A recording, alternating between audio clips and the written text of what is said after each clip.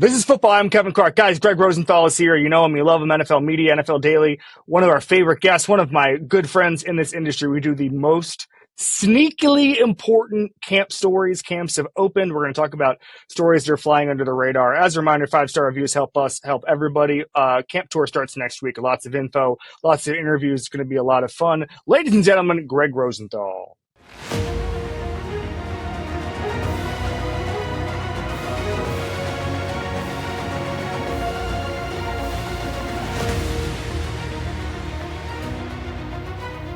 Our Gregg Rosenthal is here, NFL Media, NFL Daily podcast, which I binge listen to every couple of weeks, and then Gregg gives me notes when I tell him, and it says, "There's no binging. You just listen every day," which I guess is what 99% of America does. What's going on, Gregg? You're a beautiful man, Kevin, and not just because you listen to NFL Daily, but because you're the first podcast or show host to tell me, do not prepare before your show. So I took your advice. Well, no, this is not what I do want to specify my note.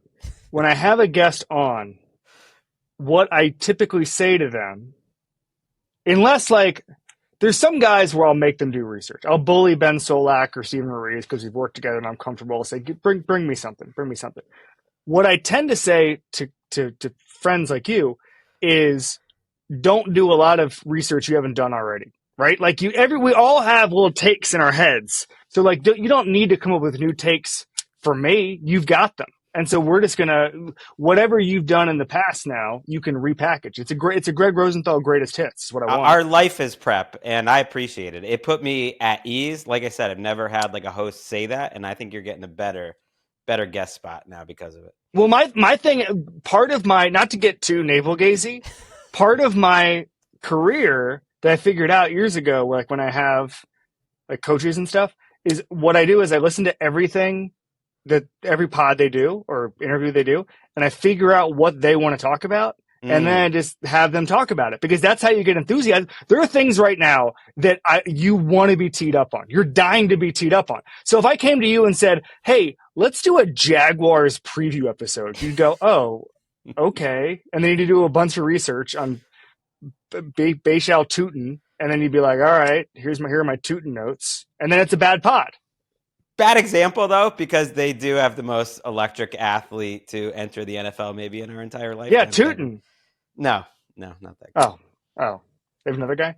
They have another draft pick? We can get to that in just 1 second.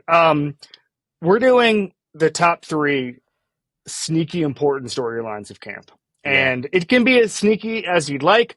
Training camp started this week. I'm leaving this weekend for I'm doing two loops on the tour. I'm doing the East Coast next week, and then I'm doing the Midwest the following week.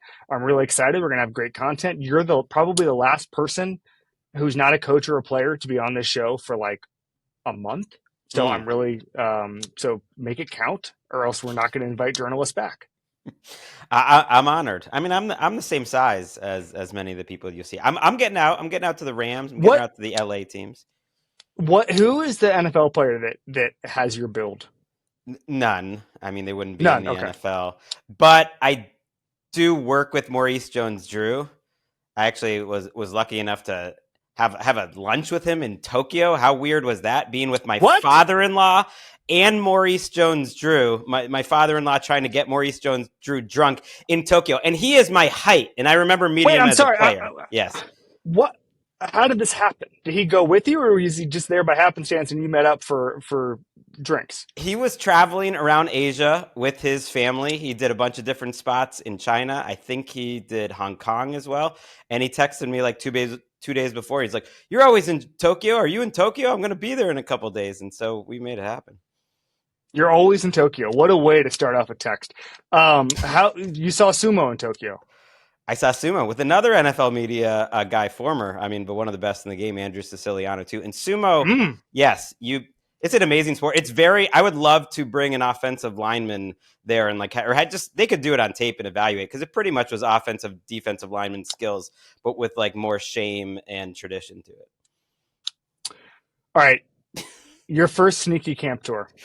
The word sneaky is like throwing me off. Like, how sneaky is sneaky? See, But I put you at ease. I put you at ease with the don't do extra research. yeah. And then I snuck up on you with the sneaky Right, to keep you off balance. okay, because it's trying to define what is sneaky. And I did think after seeing a early training camp video of DeAndre Hopkins making a very impressive one-on-one catch over Jaire Alexander that I thought the old guys in Baltimore actually showing up and being like their old selves, those two specifically, was like a sneaky big. But I don't know. Is that not sneaky enough? Is that not big enough? No, that's sneaky. That's great. That's incredibly sneaky. I think that there's two different buckets. I think Jaire Alexander, he can play well if he's healthy. Yes. Hopkins. Maybe I think it was we're just, about. I think maybe it was we're just the highlight. about done with Hopkins. Okay, I hear you, but if you think of the situations that he was in Tennessee, at the end, and then he joins Kansas City, yes, but he joins that midseason. That's hard. That's one specific thing, and maybe it's some of the early reporting that everyone's like, oh, don't fall for like the early, don't overreact. Like, hey, life is short. We've been waiting for some football for a while. I'm fine finding out what's happening at camp. And, he supposedly looks good. And if he's in a perfect role for him, almost as like a third tight end in the red zone, and he's helping out. And then more importantly, you're right, Jaire Alexander, by all accounts, and, I've listened to the practice reports, I've watched some of the videos, and he's honking, and he's a big personality, and he's so like healthy, and you could just tell looking at their bodies. The two of them, but especially Alexander, to me, potentially completes like one of the best defensive backfields in the league. All right. A couple things on that. Number one, the pendulum has swung too far.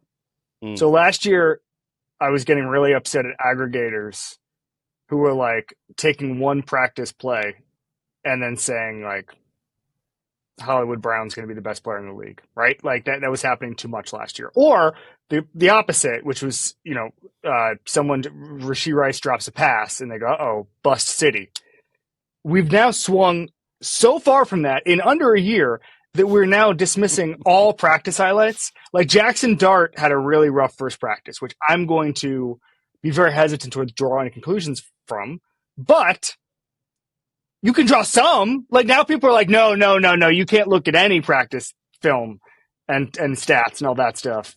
And now I think we need a happy medium. Sometimes practice matters, sometimes it doesn't. It's all in context. I think that I've told the story before, but like Aaron Rodgers, I think I told him this Mina show last week. Like Aaron Rodgers used to purposely not throw interceptions in training camp, but he would throw the ball up in the air to clock which young receivers could go up and get 50-50 balls. Okay. But that's Aaron Rodgers. He had a track record.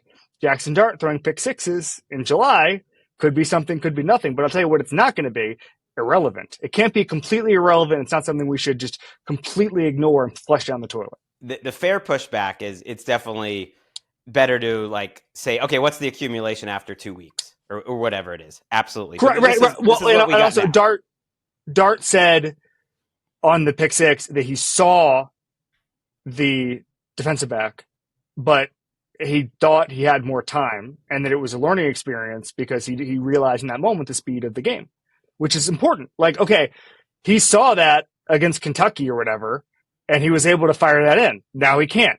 That's a learning experience. So that's a good thing for me. And I think it's a learning lesson. I think it's important. So, but I'm clocking it. I'm noticing. I'm a noticer. And then if in 3 weeks he makes the same mistake, then I go, oh, maybe I noticed correctly. I don't know. See, while we're in Baltimore, I'm sneaking in another sneaky thing is they do have to replace the all-time greatest kicker whose career is ending. Yeah, he was washed last year, though. In totally shame. Yeah, total shame. But it's still one of the top-tier favorites to win the Super Bowl with a little kicker competition with your sixth-round pick, Tyler Loop. I think there's another guy there, Hoyland or something. But that's sneaky. Those guys are going to matter in some monster game that we are all watching. So I'm keeping an eye. I like a little kicker battle. One of my biases is I think that every kicker who got drafted is awesome. And so I just assume that's the team's bias too, and they always like flunk out in their first spot and then do better like eventually. And then do better. They're always good on their third team. Right. They always play like 6 years in their third team. Yeah. All right. Here's mine. What happens to Anthony Richardson's career if he loses a quarterback competition in the next 3 weeks? because I think we're going to see one of the most fascinating. He's not prospect's the wrong word, but he has no tape to speak of that is going to this time next year. He's going to have the Justin Fields opportunity where someone gives him $20 million to say, let's be the starting quarterback here. Okay. He's going to have to compete for anything. Like, he's not going to be handed anything. He's going to have to compete for any job he has going forward. And by the way, let me contextualize this. I'm a critic of both the Colts regime that failed him and Richardson himself. I think everybody wishes they had the last 2 years back. I think everybody wishes that. Okay. And Richardson getting hurt his rookie year didn't help, but the athleticism is still there. The arm is still there. The Colts are obviously in job preservation mode. They clearly want to go with Daniel Jones. Like, I think it was Patrick Claiborne on your show who mentioned, like, anytime there was an Anthony Richardson clip on social media, they immediately threw out a Daniel Jones clip. Like, I'm again noticing within an hour, literally within an hour, it was just like, here's some Daniel Jones, here's some Daniel Jones, and it looks like they're kind of both bad in training camp so far. But again, that's all stats, and we have to contextualize that on August 15th and 16th, not now. But I'm so intrigued to see what the league does with Anthony Richardson, because his fatal flaw was he didn't play enough football in college. And then the Colts, he gets hurt his rookie year, he taps on his helmet the second year, and then they don't let him play enough football a second year. So you had to give him this runway. You didn't get it. That dovetailed with the fact that everybody's job was in the line, so they couldn't just give up another year trying to make sure Anthony Richardson was the guy. But that also includes Daniel Jones. He's going to get you fired anyway. So, like, what was even the plan? I don't know. So I'm going to put it to you. If Anthony Richardson loses the quarterback competition in the next 3 weeks, map out his next 3 years. Oh, man.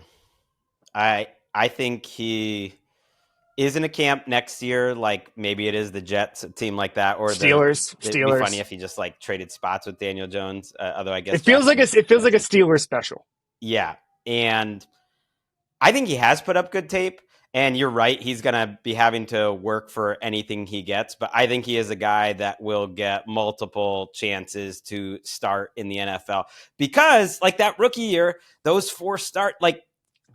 He does some next level things on tape. He is 23 years old, and it's so funny you had this, because this was one of mine too, but I was worried it wasn't sneaky enough. But I was probably going to go with it in the end. And the way I was framing it was like, is this just the end of this entire Colts regime if Daniel Jones starts week 1? It's a very weird. It's like, hey, we're deciding for everyone to just get fired, because it seems like a cry for help to just say, okay, actually, it is the guy we want. The guy we want is Daniel Jones. Like, see ya. Right? Well, it's funny because it's a little bit like Jackson Dart's drafting ended this. But it's really funny because the Giants were in the same boat, where it's like, we have to save our jobs. Let's turn the franchise over to a bad quarterback. Like, why would you do that? Why would you do that? And that's why it's always funny. People are like, oh, the Giants are going to do the Chiefs model. First of all, I'm about to go crazy here. The Chiefs model involved being one of the best teams in football and having Alex Smith, who had the literal best deep ball numbers in the sport in his last year in Kansas City, who was able to push the ball down the field. They were scoring points all over the place. They didn't have that ceiling, but the Chiefs were amazing. And now we've got this thing going on where everybody who sucks says we're going to do the Kansas City model. No, you're not. You don't have Andy Reid. You don't have Alex Smith. You don't have the infrastructure they had. Ironically, in New York, Mike Kafka was basically Mahomes' personal quarterback coach. But the reason he was because they had Doug Peterson and Eric Bieniemy and those guys could spend time with Alex Smith, and then Kafka could do the stuff with Mahomes. But anyway, I'm going to go nuts over the misunderstanding of why teams wait. But anyway, so the what teams do when they're in job preservation mode almost accelerates the firing now. So Chris Ballard has been there for 9 years, I believe. And one of the most regrettable rankings I ever did was an off-season GM rankings where Chris Ballard was ranked number 1. It's actually been called out. Well, I did that too, and it was because he was the first GM in like history to draft 2 rookie All-Pros in the same year, right? He was on a hit streak, and he was like, every time he brought in a new quarterback, like Phillip Rivers for 1 year, like Jacoby Brissett or whatever, it was like it was working, and it seemed like he was making like a beautiful souffle with like bad ingredients. Andrew Luck had retired. Yes. So there was some grace. And also he wasn't Ryan Grigson. But he's so like two-faced when he speaks to the media, because he spent this whole press conference talking about how the media's got to get off Anthony Richardson's back. And hey, do you think they're complaining about Sam Darnold and Baker Mayfield's development track because of look how long it took them to develop? First of all, yes, they are complaining. The Jets are complaining. And they got those guys out of town. Right. Second of all, I know how the media game works, Chris, and all we've been hearing from sources inside the building all offseason, and the contract that you gave Daniel Jones was $14 million, indicates to me you're either in on Daniel Jones because you just think that getting to 9 wins is the best way to keep your job and he's the best chance to do that, or you have this old school mindset where it's like, we got to really pressure him publicly. And so it's not the media that's doing that. It's the Colts front office, to me, that's putting all that heat on Anthony Richardson anyways. There is no take that the media can lay on Anthony Richardson that would be more devastating than signing Daniel Jones. Nothing we can do. We can't do anything that's worse than that for his career. Can't do it. You signed Daniel Jones and you have an open competition and he won't commit to anything. And I go back to last year. Again, Anthony Richardson screwed up last year. Tapping on the helmet, didn't play amazing in his spurts. He was throwing a lot of deep balls, not great on the intermediate part of the field, not great in the short part of the field, making a lot of mistakes. But when he got benched the first time, the way they marketed it was almost the exact opposite of Bryce Young, right? They asked Shane Steichen if he would start again. And with Richardson start again, and Steichen was like, yeah, wouldn't that be great? Like, maybe. Like, it was just so non-committal. And instead of saying, hey, he's going to sit for 6 weeks, we're going to build him back up, he's going to work on his game, and then bang, he's coming back. It just felt like they gave up on him in that moment when, again, his flaw was having not played a lot of football. Even ownership, they're basically saying he's got to go out and prove he's a franchise guy. There's been very little attempt, from what I've seen, to build up his confidence. Again, hard to do because, I'm going to look at the camera again, you signed Daniel Jones to have an open competition with him. So 2 things on that. Like, his other biggest flaw is he just can't hit like a 10-yard throw, like the short stuff. Like, they come out, and at some point you need that to improve. Yet, he does, and that reminds you of a young Josh Allen, which eventually got fixed. Yeah, I was going to say that. That never happens with almost anyone else. The floor, as crazy as it sounds, the floor was higher with Josh. Right. And the thing with that, though, is unlike Josh, Anthony Richardson actually has put out film in the NFL of making some pretty like next level reads where he gets through his reads pretty quickly and can be accurate deep down the field. So he does some of the harder stuff well, and that's why they got to still give him a chance. And I actually do have some optimism that this team with a pretty good receiver group, pretty good offensive line, and if they do start Anthony Richardson, he has a good camp, could surprise people enough that he shows some level. My number 2 takeaway from what you just said was, man, Kevin Clark has come a long way, because the way you started that point was like, you could just put that on First Take. I met you and you were, I think, just starting at the Ringer, hanging out at Rams camp, and you're just this scribe and you're on it. I can see it. You've developed. I think you are what Anthony Richardson hopes to be. I appreciate that. I met the whole Around the NFL crew because I met Wes when I was at the Wall Street Journal, and I don't remember where. Maybe the Combine. I might have met you then very briefly too, but Super I remember Bowl or the the Rams Combine. Camp. Yeah. Damn, I'm trying to remember where it was. Maybe a training camp. I don't really remember, but I knew at least 2 or 3 of that crew before I got to the Ringer. But now I can't place it. You were so unmemorable that I just moved on, Greg. Just completely moved on. I have no idea the first time we met. I look like a lot of other sports writers, unfortunately. That's why no NFL player can have your build. I will say, and I don't mean to dunk on him. I'm not a huge person. I am, unfortunately, having gone to the Heisman ceremony, taller than Dylan Gabriel. Really? Yeah. No. It is. I wish I had better news for you, but that's the way it is. I stood next to him. Supposedly he looks good so far at Browns camp. I'm not going to bring that up as a sneaky fun story. I'm going to go ahead and pass on that. That bums me out. All right, what's your next one? Okay, so you stole one of mine. I actually am surprised, like how little pop and this is relative, that Cooper DeJean is getting coming into this year in terms of like one of the best young defensive players we've seen coming into the league and has everything that you would think the media would normally go crazy for. And I think it's been a little underplayed. Like, where is he playing this year? Because early in Eagles camp, they have been using him like more than a few times as like a first team safety. So that whole conversation is like, oh no, of course he's a cornerback. Of course he's a cornerback. And he is, of course, a cornerback. He's going to play all over the place. But with this team build where it's like Andrew Makuba, their second round pick, is potentially a safety, and they have to keep Cooper DeJean on the field, it's almost like Cooper DeJean is obviously going to be in the slot a good amount of the time. But if they decide that Cooper DeJean at safety and Keely Ringo, for instance, at outside corner is better than DeJean at outside corner and whoever is going to be in the slot and Makuba at safety, like they are going to make sure they are using him a ton. And I also think more than anything, they're going to use him as like the key to almost their entire defense, their skeleton key. They completely changed the second he joined the lineup. And so I'm excited to see with all this versatility and where he plays, like if he starts taking like another level to where he's like a defensive player of the year type of candidate. Because of that first year, I think he absolutely could be. I was working on a take this morning. Eagles Twitter is really into the idea of Jordan Davis. Yeah. Because apparently he lost weight. And 23 pounds. He's 23 pounds, looks great. Jordan Davis did not play a lot of snaps last year. He played 17 snaps in the Super Bowl. I don't know how many times he broke 20 snaps after September. Let's put that aside for a second. The Eagles' best players have now become underrated because Eagles Twitter is trying to prop up everybody. Like everybody now that's like this guy's best position, this guy's his best position. So it's like Jalen Carter is somehow now like not talked about enough. Cooper DeJean is not talked about enough. AJ Brown is not talked about enough. Lane Johnson and Jordan Mailata are not talked about enough. Jordan Mailata has the best sack numbers, I think, in football over the last 2 years as for an offensive lineman.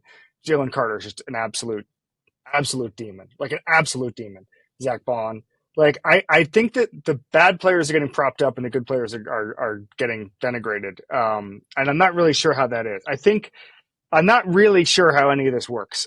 Eagles Twitter, I don't want to like open up a can of worms here, but it just feels like they're not happy with just the Super Bowl. They need us to say that like everybody on their team is ranked number one at their position. That's as big a win for them as the Super Bowl. Yeah, they've never been happy. The Super Bowl. I just can't believe. If my team, the Miami Hurricanes won the national championship, as an example, okay, and then somebody was like, JoJo Trader, their wide receiver, was the 11th best receiver in the country last year. Okay, this happened next time last year. You know what I would say? I would just keep chomping on a cigar, and I'd have a huge bottle of Dom Perignon, and I would go, I don't care about this ranking. That would be my viewpoint.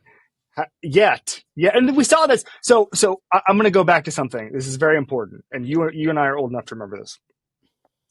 If you said something good about a quarterback from 2014 until 2022, okay, you could just say the sentence, Phillip Rivers is good. Okay, there'd be a reply from a Patriots fan saying, "Excuse me, what about Tom Brady? Excuse me. I noticed you didn't mention Tom Brady in your tweet." And so I kind of feel like the Eagles are becoming the successors to the Patriots in that regard, where if you say one sentence, they will get. And I also think the Chiefs have a little bit of this as well, especially with Mahomes, where I just feel like some fan bases, they need to be mentioned at all times. Yes. I had a tweet this week about how incredible it was that one of my favorite athletes, Venus Williams, won a professional tennis match at 45 years old. I was living and dying watching the City Open in Washington, D.C. When it happened, I sent a happy tweet out. She had lost so many of these matches. The immediate responses were, "Oh, this is nothing new. Like, Brady did that." And like he brought up one other person, I forget who it was. Like, Kareem did that. I was like, yeah. You just brought up two of the greatest athletes of all time and can't enjoy this moment? Shut up. Two people. Yeah, I've seen that. This is nothing new, guy is the worst person on the internet. There's actually the same person. They send 2 replies.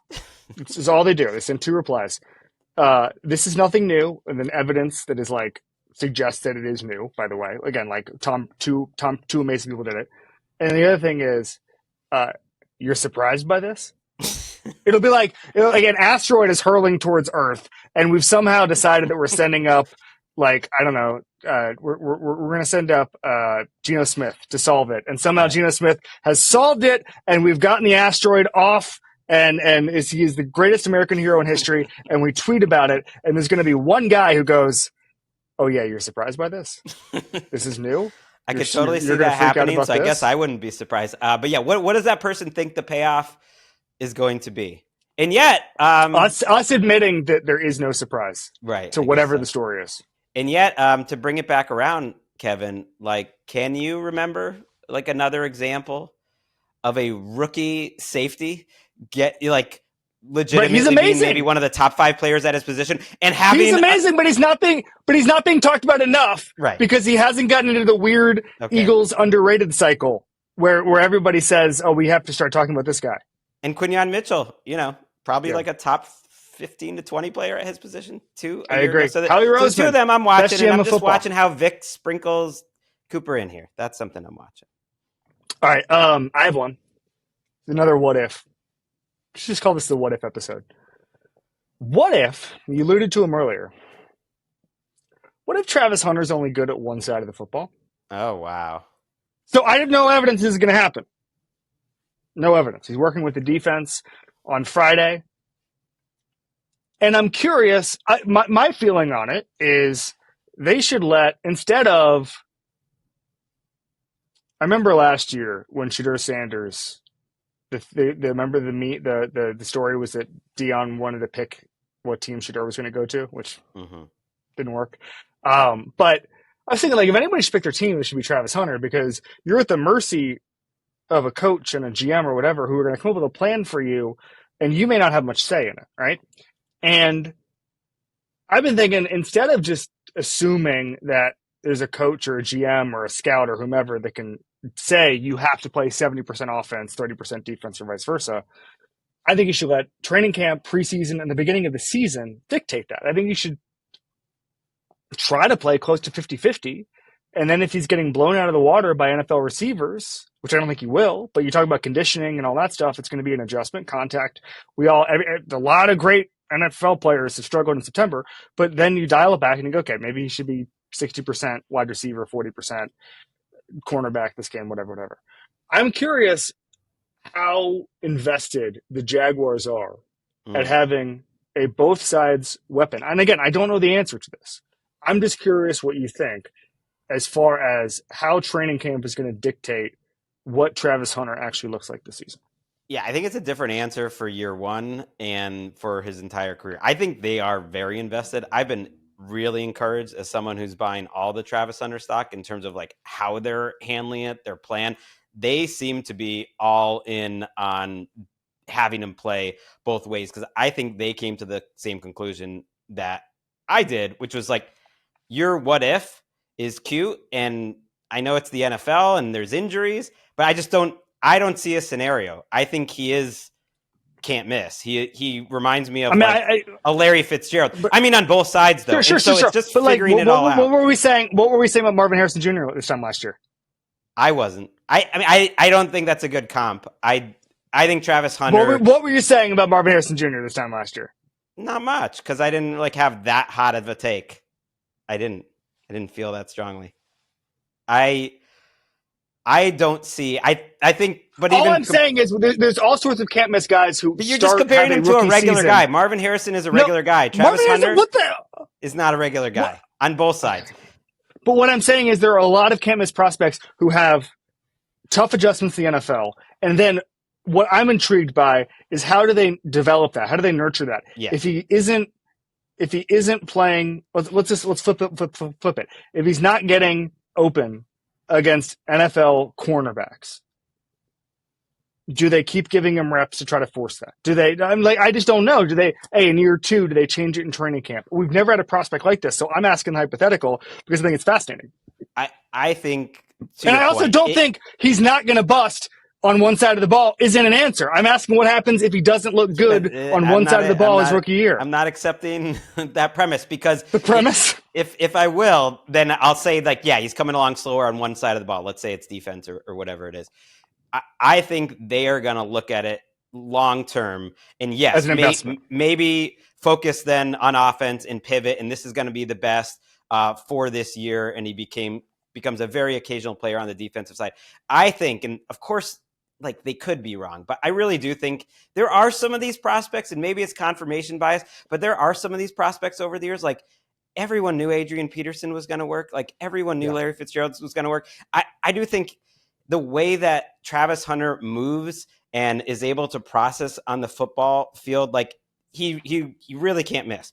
But like how you figure that all out, I think they look at it like this guy is going to be in the Jaguars' Roar of Honor or whatever they call it. Like that is our vision of him, is that he is going to be Mr. Jaguar for the next 12 years. So what is the best for that guy? And to your point, it might be in this first year, backing him off one side and building up to that point where he's full Travis Hunter in like year 3, because you're working on a 10-year type of timeline. 2 things. Number one, who is Mr. Jaguar now? MJD? Baselli, because he like works Baselli, there. Yeah, Baselli. You're right. It's Baselli. Yeah. It's Baselli. Mark Brunell, if he had spent more time like working for the team. Is he still the quarterback coach in Detroit? Did that happen? He is, I believe, unless he went to the Jets. But they should make Maurice Jones-Drew Mr. Jaguar. I mean, he's back there. Mr. Jaguar. Roar of Honor sounds insane. That can't be right. I don't think that's right, but I think it's like 20% right. There's something like I want to attack something you said, and I'm going to make it quick. I don't want to embrace debate here. There are a lot of guys who we were completely sure about. Like a good example, USC Mike Williams. Yeah. Everybody, same expectations as Larry Fitzgerald. Nothing happened. See, this is so you, like, though. You're saying we. I've actually never had one of these guys and been wrong. It's just been you, Kevin. I don't care though. You're not going to get me to move off this Hunter thing. It just seems. What's so your last obvious. one? Do you have a last one? Oh man. What I'm going to let you choose. You're the host. Okay. Hostmaster. I think we skipped past. Are we going to be coworkers? That's too hot. Let's go either Andrew Thomas focused or the Saints quarterback focused. You choose. Let's do Saints quarterback, because then we get into some interesting scenarios. Yeah. I'm into this. I think the Saints have into the Spencer Rattler, Tyler Shook battle, and potentially watching these two young men play football this year. I beg your pardon? Okay. These are two of the more talented in terms of just like arm strength and like gifts. Like they are like entertaining players to watch in the same way that I think like a young Mike Glennon actually was a little entertaining. They're much more than that. They're physically talented. They're great. I know I'm blowing your mind here. Kellen Moore is I think the upgrade offensively in terms of the coach, in terms of Kellen Moore and being organized, I don't think they're going to be good. I just don't. But in terms of a training camp battle, this interests me. And I think we lost the Saints for last year. They're not going to be good this year necessarily. But if a few things go right and Kellen Moore is a solid offensive and like organized head coach, I actually do think these guys have a little like Jay Cutler. They're going to be fun watching a 10 a.m. West Coast type of game as your backup game against the Buccaneers, and they're going up and down the field. And I'm curious to actually watch them because I think Rattler has like a better chance than people expect maybe to do some things. You're not buying. I'm not buying it, but I want to do a Saints take. We have a lot of evidence. You went to college in New Orleans. Yeah. I have a feeling that one of the reasons the Saints don't tank is that when you're in that city, when you're on Bourbon Street at 10:30 a.m., there's an energy to the city, and everything flows through the Saints. Everything flows through the Saints. And I don't think once they got good, especially after the Sean Payton era and the Drew Brees era and all that stuff, I don't think they have it in them to go 1-16. Don't think they have it in them. I think the city, the energy needs that. I think Bill Simmons just said the other day that like the Pelicans might move. Like it's a Saints town, okay? And you look at what Mickey Loomis's history is, where they just win a lot of games, and they want to win a lot of games, and they build a roster to win a lot of games. I think that the Saints are going to be this year's Giants. What I mean by that is they're going to be sitting on the first overall pick on like December 15th, and then they're going to win 2 games because they care. That's what I think. I think the Saints are everyone, including me. I've thought about this. Are they the Arch Manning team? Are they the Nussmeier team? They're right down the road at LSU. And I'm sitting here thinking Lenore Sellers. And I'm sitting here thinking, they're going to win. They're going to win more games than we think because they prioritize winning more games than we think. I could see that, and the defensive roster is not that bad. The offensive roster has so many question marks. I mean, they I am in complete agreement with that. I don't even know like where they're going to fit in terms of one of the worst 5 teams in the NFL, or are they better than the Panthers or any of that? I'm not even ready for my mind to go there. What I'm saying, Kevin, is that for me, as someone who's doing a daily show, for me who's going to enjoy watching these Game Pass games and whatnot, I actually think it's perfect August fare. They're both kind of box office actually in the way that they play, in that they have a high ceiling, that if you watch quarterback play and with a quarterback minded head coach in Kellen Moore, there actually is some upside for some fun here, throwing the ball down the field to Olave and Shaheed with these 2 guys in August. It gives us a battle that actually is a battle you're not buying. I no longer approve of us being coworkers. I thought I did until that. No, maybe it's because I don't do a daily show, which is only 3 times a week, that I don't need to watch the Saints QB battle. I don't need to be tapped in. I think they're going to be abysmal. I think those quarterbacks are bad. I watched a lot of Tyler Shuck at Louisville.